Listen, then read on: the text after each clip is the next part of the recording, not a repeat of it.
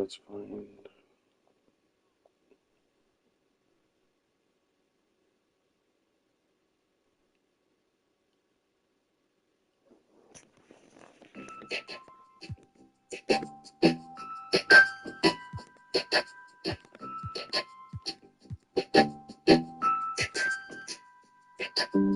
All right, not going to waste any time. Let's jump right into it. We're going to go over to features. The first place we're going to go for our settings this year is down here with Customize HUD, okay? There's a few things we need to do in here. The first thing we're going to do is we're going to scroll over to shot feedback, okay? Very important. You want to make sure this is on all shots. It's going to start off on simple, I think. You want it on all shots. You want to keep your distance on so you see how far you're shooting from. You want to have the timing on, of course, free throw chance percentage on, and last but not least, the most important thing, coverage on. This way you know if you're shooting wide open, lightly contested, heavy contested, all that stuff. Coverage on, very important. The next place we want to go is over to shot meters, okay? Now, let's start from the bottom and work our way up. Placement, you can, wherever you feel more comfortable with, go ahead. Size, whatever you prefer. Color, whatever you prefer. The graphic, there's three choices. You have arrow, ring, and dial. It's pretty different from last year. I think arrow, in my opinion, looks like the best one, but I'm only using this for layups and dunks. So we're going to keep it on for visibility on layups on, visibility for shots off. Turn your shot meter off. You still get a boost when you play with your shot meter off in terms of your green window and all that. So turn the shot meter off and learn your jump shot. Very important. Now, if you want to continue to get better at 2K, turn your shot meter off.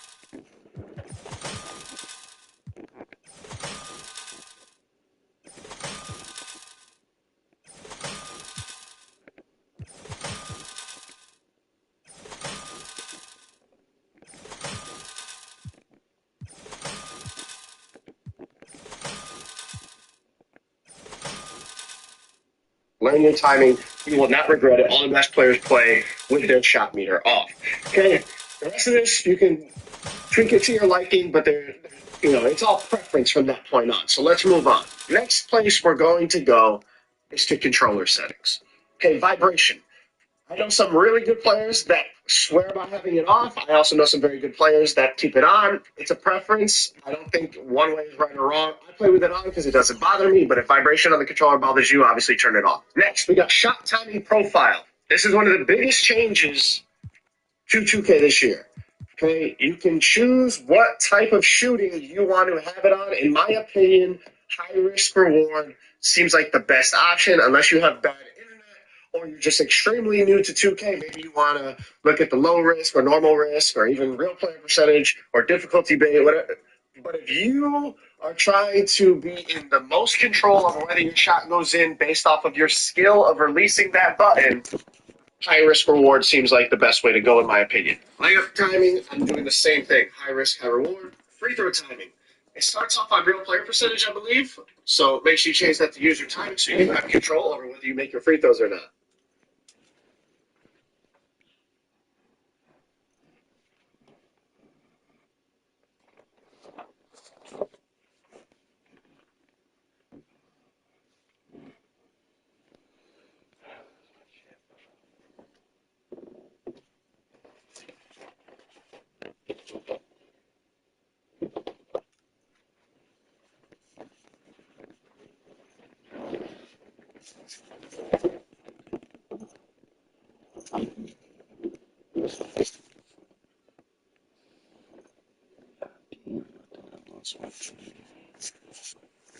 I lost one.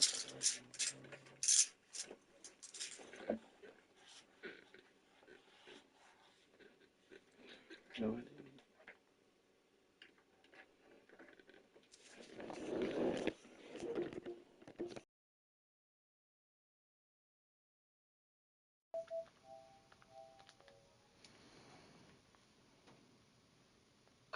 Shot timing visual cue, this is the same from last year. I'm putting it on push. I believe they said you could use your timing, so you have layup timing. I'm doing the same thing. High risk, high reward. Free throw timing. It starts off on real player percentage, I believe. So make sure you change that to user timing so you have control over whether you make your free throws or not. Shot timing visual cue, this is the same from last year. I'm putting it on push. I believe they said you could customize this. I'm assuming this is once you actually get into my career, but from the main menu when you're setting up your settings, I would recommend using whatever you used last year. Like, I'm just used to push. Muscle memory is set to push, so I'm going to play. Let me show you how to get 5,000 to 10,000 followers pretty much overnight. And a lot of times people say it's because I'm famous on how I can do what I do. But this is one of my... I just got a $3,000 loan sent straight to my bank account, and I'm freaking out because now I get to go on vacation. Push to start the year. Shot meter input type, I'm keeping it on all, but obviously I have it off for when I'm shooting jump shots already, but I do want to make sure it pops up when I go to do like meter dunks, you know, with the right stick, layups with the right stick. Want to make sure it pops up then. Moving on, pro stick function. I keep it on default.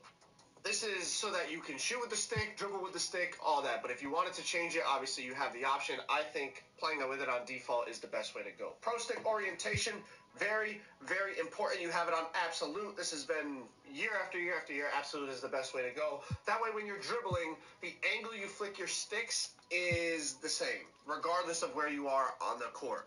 Because if it's on camera relative, when you're in the corner, you're going to have to completely mold which direction you're flicking to do crossovers, behind the backs, all that. You want to have it on absolute. Off-ball offense mode, I have it on absolute as well. Double team reaction, I changed it to manual. That way I don't get sucked into a double team when I'm not trying to get sucked into a double team. Help defense button, I have it on double team as well, so that if I do call for a double team, it doesn't just call for help. Like, we're doubling the ball, you know, trying to get them into that trapper animation. You got pick and roll, player icons, skip pass enabled. This is going. It says determine if you want to hold down the primary pass button to target a receiver further away. So basically, with this, let's say you see that you're going to make a pass, but then somebody jumps that passing lane. You could continue to hold the button, and then instead of passing to that player, they would skip pass it to the guy who's 2 passes away. It's not a big deal, but I keep it enabled just in case it could save me in a situation. Icon lead passing on.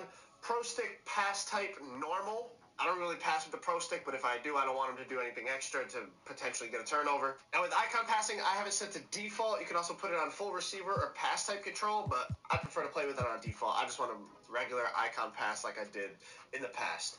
Receiver control, it's more for 5v5 and stuff. I'm more my career, so this is up to you if you do play the 5v5, you know, play now mode. Okay, then you got receiver control, hold lob pass button, and this one right here, passive dribble hand switches. Disable this. Basically what this means is when you're standing still and you're not doing anything, your player will just switch hands just naturally. This is going to mess you up.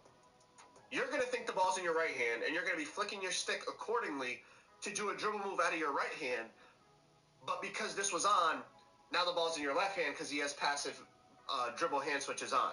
Turn it off. It will, especially if you're a guard, turn it off, but I'd say any position, make sure you disable that. Pro stick defense, camera relative, absolute. I think this is a choice. When it comes to the dribbling, you want it on absolute, but in terms of defense, I think sometimes I prefer, regardless of where the opponent is, I want to just push my right stick towards them. So if they're in the corner, I want to hold the right stick to the right, towards the right corner or left corner, or pull towards the guy if he's at the top of the key.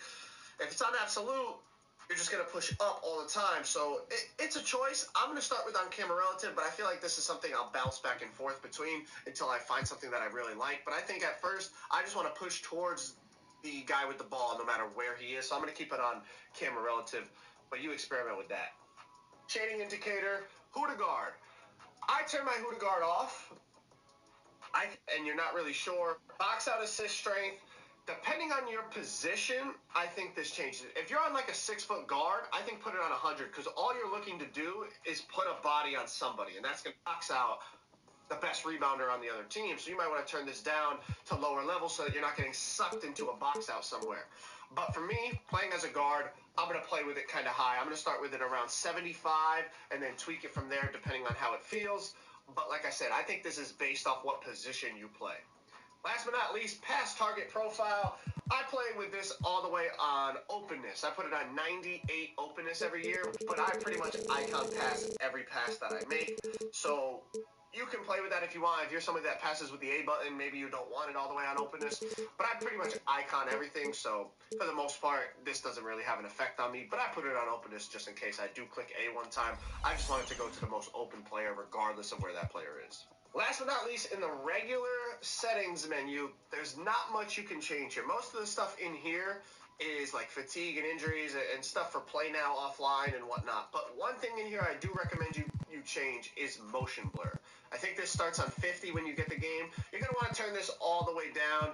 I could go into a million reasons why, but you're going to want to play with motion blur on 0. It will make your gaming experience on 2K much, much better. But that's the best settings on NBA2k25. If you're looking for my player tips, click that video right there. That will help you create the perfect build to help you enjoy NBA 2K25 that much more. Every year, people waste money on bills that don't last, forcing... Come on, man. Come on, man.